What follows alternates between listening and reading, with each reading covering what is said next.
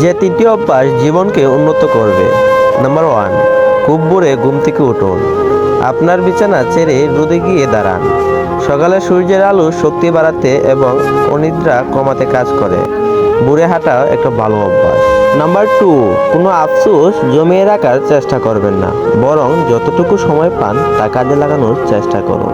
একঘেয়ে জীবনের বাইরে বের হয়ে আড্ডা দিন, বেড়াতে যান, বাইরে কোথাও খেতে যান বা নিজের পছন্দের যে কোনো কাজ করুন। নাম্বার 3, তাড়াহুড়া করে ঘর থেকে বের হবেন না।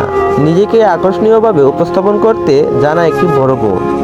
কোনো রকমের তৈরি হয়ে ঘর থেকে বের হওয়া অর্থ এই নয় যে আপনি কাজের ক্ষেত্রে খুব সিরিয়াস।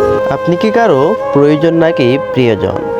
সেই মানুষটা যদি কেবল ব্যক্তিগত প্রয়োজনে আপনাকে ব্যবহার করে, আপনি যখন কারোর সাথে সম্পর্কে জড়াবেন, একটা বিষয় মাথায় রাখার চেষ্টা করবেন।